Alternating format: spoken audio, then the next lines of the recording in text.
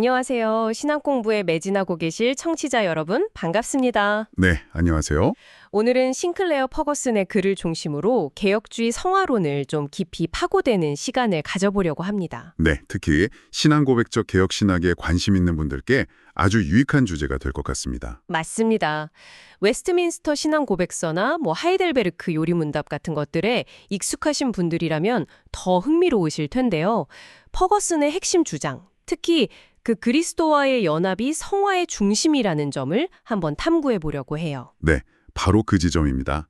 퍼거슨의 핵심은 성화가 단순한 우리의 노력이 아니라 근본적으로는 그리스도와의 연합, 그 유니오큼 크리스토의 뿌리를 두고 있다는 거죠. 아, 그리스도와의 연합이요? 네, 그리스도께서 이루신 사역이 성령을 통해서 우리에게 적용되는 과정이다. 바로 이게 핵심입니다. 개혁주의 구원론, 그 소위 소테리올로지 전체를 꿰뚫는 원리라고 할 수 있겠죠. 그렇군요. 퍼거슨이 논의를 시작하면서 강조하는 게 또 있던데요. 개혁주의 사상에서는 교리하고 삶, 그러니까 신학이랑 경건이 절대 떨어질 수 없다는 점 말이죠. 맞습니다. 칼뱅의 그 유명한 기독교 강요 초판부제, 경건의 총체, 이걸 떠올려보면 딱 맞죠. 네, 토튜스 수메 피에타스. 네, 교리가 그냥 머리로만 아는 이론이 아니라 진짜 살아있는 경건으로 이어져야 한다는 거, 이게 개혁주의의 아주 중요한 정신입니다. 이게 그냥 개혁주의만의 특징이 아니라 성경 자체의 패턴이라고도 하셨죠. 그렇죠. 아주 중요합니다. 신약 서신서들, 예를 들어 로마서나 에베소서를 보면 명확해요. 먼저 교리적인 사실, 그러니까 직설법이죠. 이걸 먼저 선언합니다. 네, 직설법, 인디케이티브. 그리고 그 기초 위에서 자, 이제 이렇게 살아야 합니다 하는 윤리적 권면, 즉 명령법으로 나아가죠. 아, 그 로마서 12장 1, 2절 같은 경우요. 정확합니다. 1장부터 11장까지 그 엄청난 복음 진술 위에 딱 서 있는 거죠. 에베소서도 마찬가지고요. 4장 이후는 1-3장의 내용을 바탕으로 하잖아요. 하나님이 당신을 위해 이런 일을 하셨고 당신은 이런 존재가 되었으니 직설법, 이제 이렇게 사십시오, 명령법, 이런 논리군요. 바로 그겁니다. 웨스트민스터 신앙고백서 같은 신앙고백서들도 다 이런 구조를 따르죠.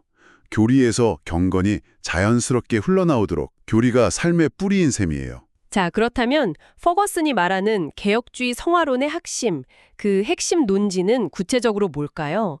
그냥 착하게 살자 이런 건 아닐 텐데요. 핵심은 고린도전서 1장 30절입니다. 예수는 하나님으로부터 나와서 우리에게 지혜와 의로움과 거룩함과 구원함이 되셨으니 아, 네. 거기서 거룩함. 네, 바로 그 거룩함, 즉 성화, 하기아스모스가 되셨다는 거예요. 예수님 자신이 우리의 성화라는 거죠. 아, 우리가 성화를 이루는 게 아니라 예수님이 우리의 성화이시다. 그렇죠.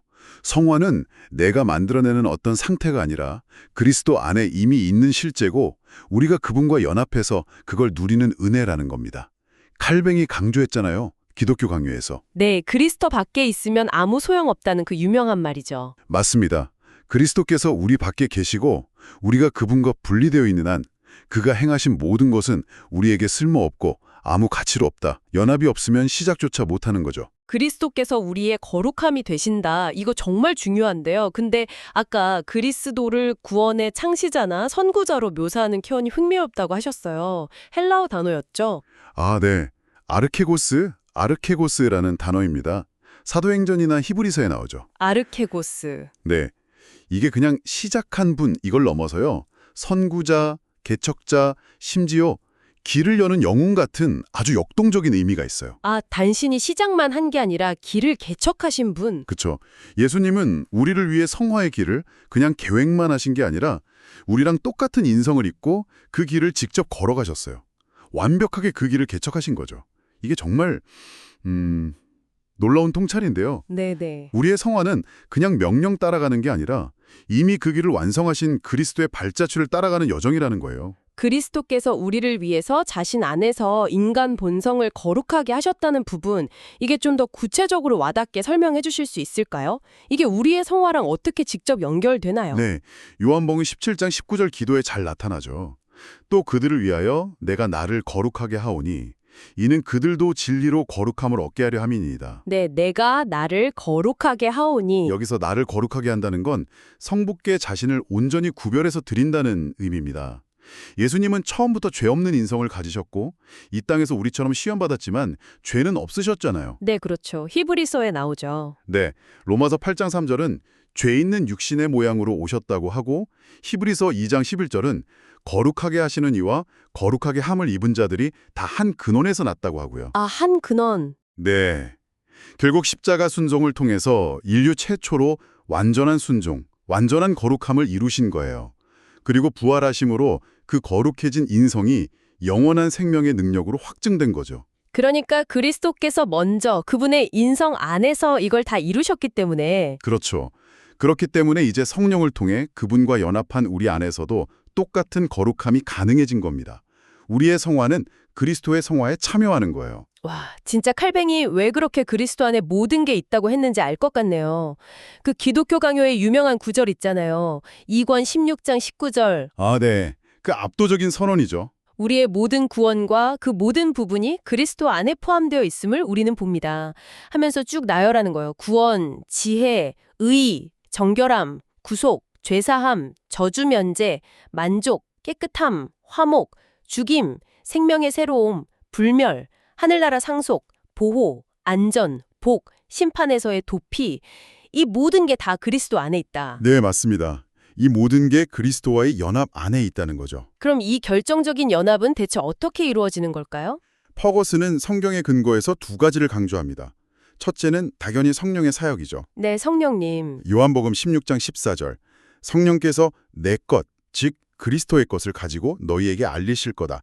또 14장 20절에서는 성령이 오시면 우리가 그리스도 안에, 그리스도가 우리 안에 있음을 알게 될 거다. 아, 오순절 성령 강림이 바로 그거였군요. 그렇죠.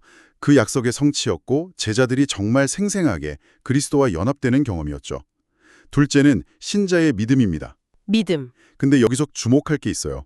신약 성경이 종종 우리가 그리스도 안으로 믿는다고 표현한다는 거예요. 아, 그리스도 안으로 믿는다. 네. 헬라어 구문 중에 피스투에인 에이스, 피스테빈 에이스라는 표현이 자주 쓰이는데 바로 그 의미예요. 죄 안으로 믿는다. 그냥 지적으로 동의하는 걸 넘어서는 거군요. 그렇죠. 믿음은 그냥 그렇구나 하는 게 아니라 그리스도께 우리 자신을 완전히 던지고 그분 안으로 피하는 거예요.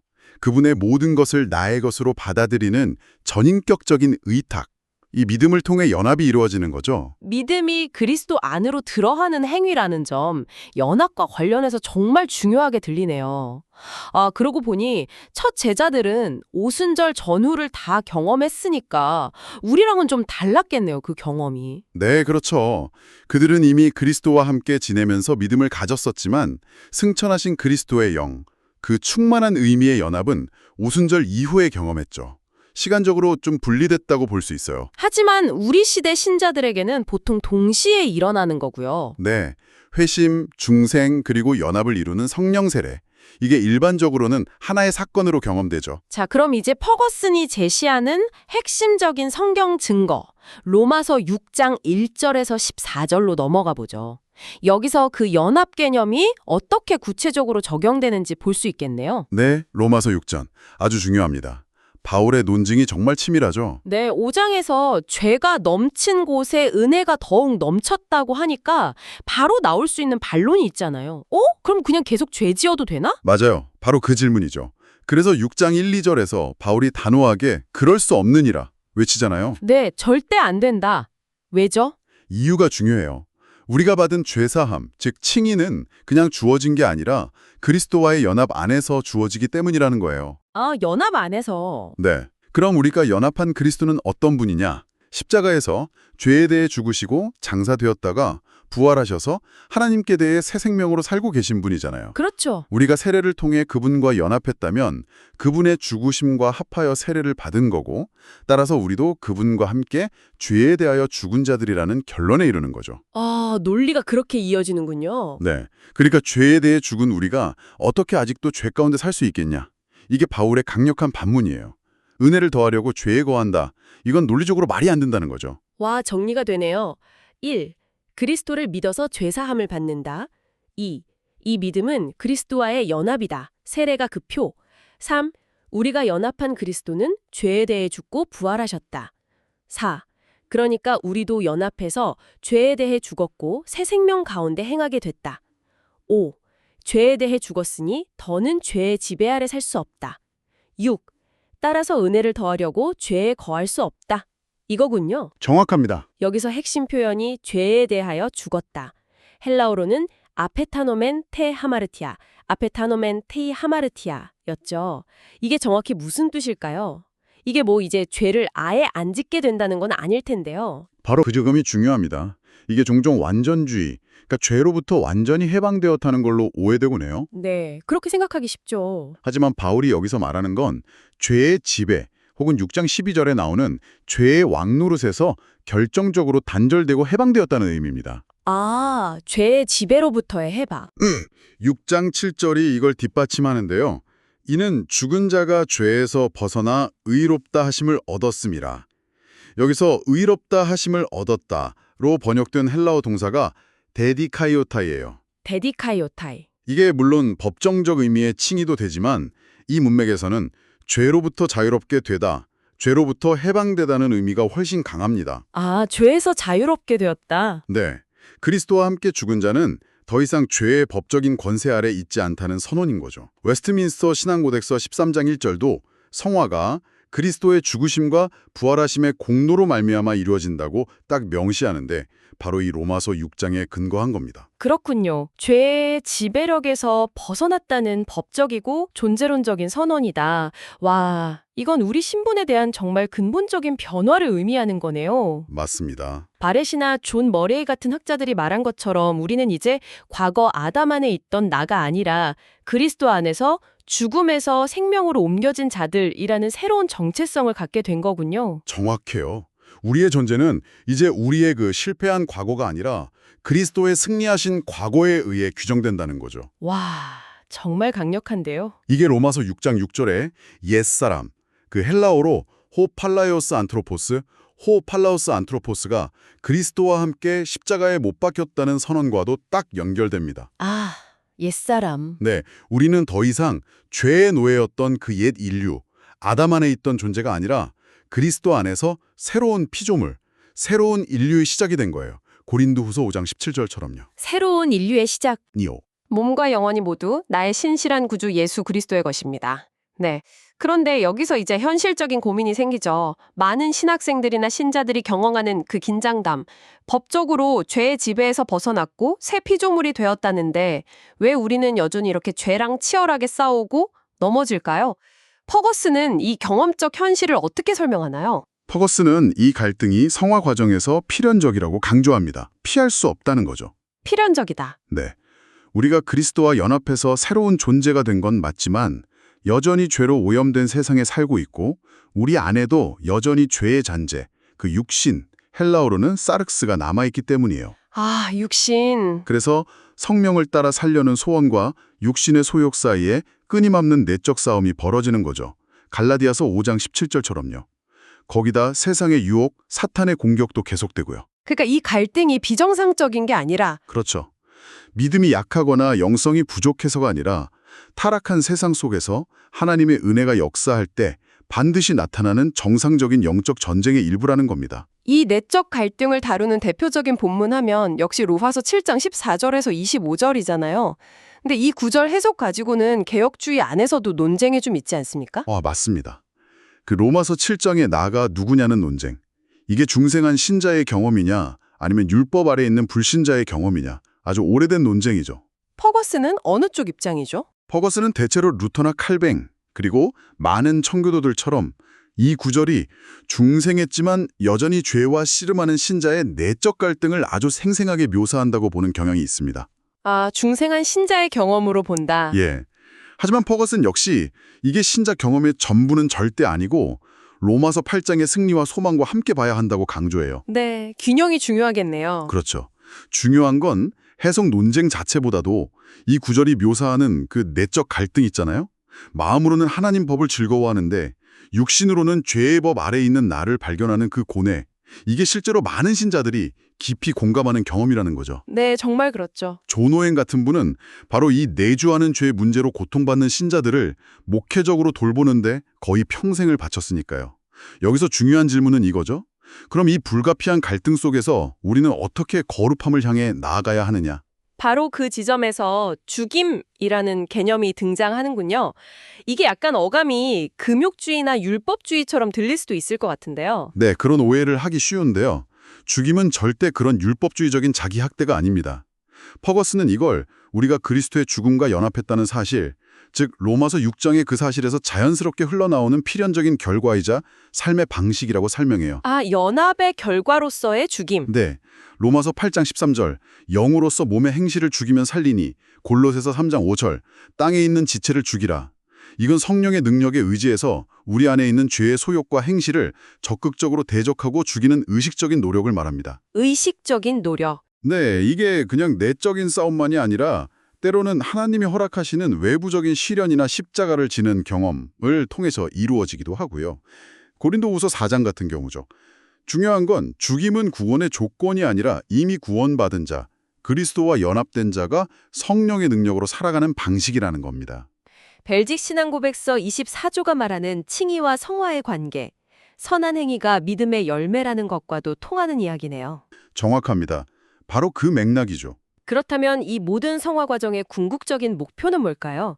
그리고 그 목표에 이르도록 돕는 수단들, 은혜의 방편들은 또 뭐가 있을까요? 목표는 아주 명확합니다. 로마서 8장 29절이죠. 바로 그 아들의 형상을 본받게 되는 것, 예수 그리스도를 닮아가는 겁니다. 그리스도를 닮아가는 것? 네, 단순히 겉모습이라 행동을 따라하는 걸 넘어서 그분의 성품, 그분의 마음을 닮아가는 전인격적인 변화죠. 아브라함 카이퍼가 말했듯이 이게 뭐 비인간적이 되거나 천사처럼 되는 게 아니에요. 오히려 하나님이 원래 의도하신 참된 인간성, true humanity를 회복하는 과정입니다. 인간적인 거룩함, human holiness를 이루는 거죠. 아, 참된 인간성의 회복? 인간적인 거룩함? 멋진 표현이네요. 네. 베드로전서 2장 21절에서는 그리스도를 우리가 따라가야 할 본으로 제시하는데 헬라어로 후포그라모스, 뉴포그라모스라고 해요. 아이들이 글씨 연습할 때 따라 쓰도록 주어진 그 글씨본을 의미하죠. 후포그라모스, 글씨본이군요. 그분의 삶이 우리의 모델이자 목표다. 그렇죠. 그럼 이 목표를 향해 나아가도록 하나님이 주신 수단들, 은혜의 방편은 뭐가 있을까요? 퍼거스는 개혁주의 전통에 따라서 몇 가지 핵심적인 은혜의 방편, means of grace를 강조합니다. 첫째는 뭐니 해도 하나님의 말씀이죠. 네, 말씀. 요한복음 17장 17절 기도처럼 진리로 거룩하게 하옵소서 아버지의 말씀은 진리니이다. 말씀은 우리를 깨우치고 책망하고 바르게 하고 의로 교육해서 우리를 거룩하게 하는 핵심 도구입니다. 디모데후서 3장 16절 말씀처럼요. 특히 개혁주의에서는 율법의 제3용도도 강조하죠. 맞습니다. 신자의 삶의 규범으로서의 역할, 웨스트민스터 신앙고백서 19장에도 잘 나와 있죠. 둘째는 하나님의 섭리입니다. 섭리. 네, 때로는 정말 고통스럽게 느껴지는 시련이나 어려움조차도 하나님은 그걸 사용하셔서 합력하여 선을 이루시고 우리를 그리스도의 형상으로 빚어가신다는 거죠. 로마서 8장 28, 29절. 네. 그리고 또 뭐가 있을까요? 셋째는 교회 공동체의 교제, 코이노니아입니다. 우리는 혼자 신앙생활하는 게 아니잖아요. 그리스도의 몸된 교회의 지체로서 서로 연결되어서 사랑과 선행을 격려하고 함께 세워져 가는 거죠. 에베소서 4장 16절이나 히브리서 10장 말씀처럼요. 공동체의 중요성. 네. 마지막으로 넷째는 성례, sacraments입니다. 세례와 성찬이죠. 이것들은 그리스도와의 연합을 눈에 보이게 인치고 확증해주면서 우리의 믿음을 강하게 하는 아주 중요한 은혜의 수단입니다. 웨스트민스터 신앙고백서 27, 28, 29장에도 잘 설명되어 있고요. 자, 지금까지 퍼거슨의 개혁주의 성화론의 핵심 내용을 쭉 훑어봤습니다. 이제 좀 정리를 해봐야 할 텐데요. 이 모든 논의가 신앙고백적 개혁주의를 공부하는 우리 청취자 여러분께 어떤 의미가 있을까요? 먼저 퍼거슨 설명의 강점부터 짚어주시죠. 네, 이 글에 나타난 퍼거슨의 설명을 신앙고백적 개혁주의 관점에서 보면 몇 가지 아주 뚜렷한 강점이 있습니다. 첫째는 뭐니 해도 강력한 그리스도 중심성입니다. 그리스도 중심성. 네, 성화를 그냥 인간의 노력이나 주관적인 체험에 두는 게 아니라 그리스도의 객관적인 사역과 그분과의 연합에 아주 확고하게 기초시킨다는 점이죠. 이건 뭐 개혁주의 구원론의 심장과도 같고 하이델베르크 요리문답 전체에 흐르는 그 위로의 정신과도 딱 통합니다. 네, 그렇죠. 두 번째는요? 둘째는 아까 이야기했던 직설법과 명령법의 유기적 연결을 강조한다는 겁니다. 은혜의 사실에서 삶의 요구가 나온다는 거죠. 이걸 통해 교리가 그냥 이론에 머물지 않고 실제 경건한 삶으로 이어지도록 잘 안내해 줍니다. 성경적이면서 동시에 신앙 고백서들의 구조와 정신을 그대로 반영하죠. 교리와 삶의 연결. 네. 마지막 세 번째 강점은요? 셋째는 성화 과정에서 피할 수 없는 그 영적 갈등과 죄 죽임, 몰티피케이션의 필요성을 아주 현실적으로 인정하고 다룬다는 점입니다. 값싼 은혜나 피상적인 완전주의 같은 걸 경계하고 신자가 실제로 겪는 씨름을 정직하게 조명하죠. 네, 현실적인 접근. 네, 이건 웨스트민스터 신앙고백서 13정이나 도르트 신조 5장에서 다루는 신자의 연약함, 그 투쟁에 대한 이해와도 잘 맞아떨어집니다. 말씀하신 강점들은 정말 개혁주의 신학의 중요한 특징들이네요.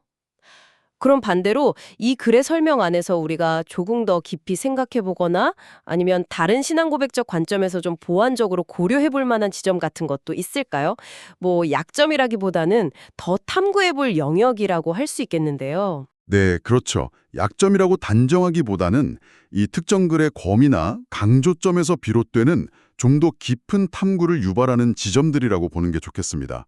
한 3가지 정도 생각해 볼 수 있을 것 같아요. 네, 어떤 것들일까요? 첫째는 성령의 사역을 분명히 언급하기는 합니다.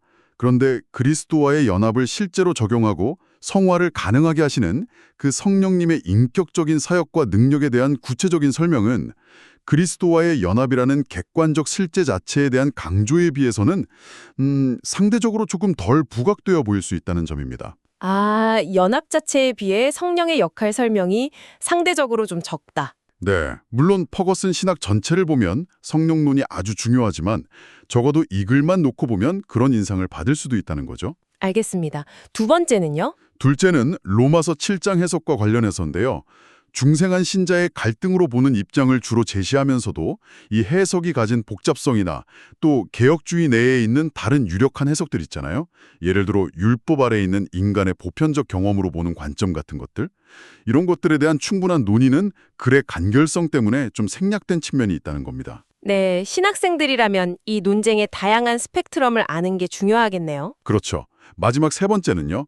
웨스트민스터 신앙고백서는 참조를 하지만 예를 들어 하이델베르크 요리문답의 그 독특한 위로의 구조라든지 벨직 신앙고백의 선행론 24조 아니면 도르트 신조에서 다루는 은혜의 필연성과 인간 책임의 그 묘한 관계 같은 것들 이런 다른 중요한 개혁주의 신앙고백 문서들과의 구체적인 연결점을 명시적으로 더 파고들 여지는 남아있다는 겁니다. 아, 다른 신앙 고백서들과의 더 세밀한 연결점이 좀 부족하게 느껴질 수 있다. 네, 이건 청취자 여러분이 각자 연구하시면서 더 풍성하게 채워나갈 수 있는 부분이겠죠. 그렇군요. 자, 그럼 신학적 논의를 넘어서 이 모든 내용이 실제 목회 현장이나 우리 신자들의 삶에는 어떤 실질적인 함의를 줄까요? 이것도 한 3가지 정도로 요약해 주실 수 있을까요? 네, 이것도 3가지 중요한 목회적 함의를 생각해 볼 수 있습니다. 첫째는 구원의 확신의 근거를 다시 한번 제대로 잡아야 한다는 겁니다. 구원의 확신. 네, 확신은 내 기분이나 내 성취도, 내가 얼마나 죄를 안 짓나 이런 데 있는 게 아니라는 거죠. 오직 그리스도의 완성된 사역과 그분과의 연합이라는 객관적인 진리에 근거해야 한다는 것. 이게 내주하는 죄 때문에 힘들어하는 신자들에게 정말 흔들리지 않는 견고한 토대를 제공해 줍니다. 존 오웬이 그렇게 강조했던 부분이고요. 네, 객관적 진리에 근거한 확신. 중요하죠. 두 번째는요? 둘째, 설교나 가르침이 하나님의 모든 경륜, 그러니까 성경 전체의 가르침을 균형 있게 다루어야 한다는 겁니다. 그리스도와의 연합 같은 이런 깊은 교리가 신자들의 실제 매일의 삶, 죄와의 씨름, 거룩함을 향한 여정과 어떻게 연결되는지를 명확하게 보여줘야 해요. 교리와 삶을 연결하는 설교와 가르침. 그렇죠. 교리가 따로, 삶이 따로가 되지 않도록 돕는 게 목회적 가르침의 아주 중요한 목표죠. 마지막 3번째는요. 네. 신자들이 영적 전쟁의 현실을 제대로 직시하도록 도와야 한다는 겁니다. 그리고 은혜의 방편들, 즉 말씀, 성례, 기도, 교제, 섭리 이런 것들을 부지런히 사용하면서 죄와 싸우는 죽임의 삶을 살도록 격려하고 가르쳐야 해요. 적극적인 싸움을 격려해야 한다. 네. 동시에 중요한 건 그 성화 과정에서 겪는 갈등이나 넘어짐이 무슨 비정상적인 실패가 아니라는 걸 이해시켜야 합니다. 오히려 그게 하나님의 은혜 안에서 성장해가는 과정의 자연스러운 일부임을 알게 해서 절망하지 않고 계속 그리스도를 의지하도록 이끌어야 한다는 거죠. 네, 오늘 논의를 정리해보면 이렇군요. 개혁주의 관점에서 성화는 결국 우리의 공로나 노력이 아니라 전적으로 그리스도와의 연합에 기초한다. 그분의 죽음과 부활 생명에 참여함으로 우리는 죄의 지배에서 벗어났고 성령의 능력으로 은혜의 방편들을 통해 죄와 싸우면서 죽임, 점진적으로 그리스도의 형상을 닮아가는 여정이다. 이렇게 요약할 수 있겠네요. 네, 아주 정확한 요약입니다. 마지막으로 우리 청취자 여러분께 좀 도전이 될 만한 질문을 하나 던지고 싶습니다. 네, 어떤 질문인가요? 퍼거스는 우리가 우리 자신을 이해할 때 두 가지 진리를 동시에 붙들어야 한다고 강조하는데요. 하나는 로마서 7장 18절에 내 속고 내 육신에 선한 것이 거하지 아니하는 줄을 아노니라는 처절한 자기 인식입니다. 다른 하나는 고린도전서 6장 11절에 주 예수 그리스도의 이름과 우리 하나님의 성령 안에서 씻음과 거룩함과 의롭다 하심을 받았느니라라는 그리스도 안에서의 놀라운 정체성이죠. 아, 그 두 가지의 진리 사이의 긴장감이군요. 네. 신학을 공부하고 또 장차 목표 현장에 나아갈 여러분에게 이 양자 사이의 긴장을 매일의 삶 속에서 건강하게 유지한다는 것은 어떤 의미가 있을까요? 여러분의 그 죄와의 씨름과 거룩함을 향한 추구에 이 긴장이 구체적으로 어떤 영향을 미친다고 생각하십니까?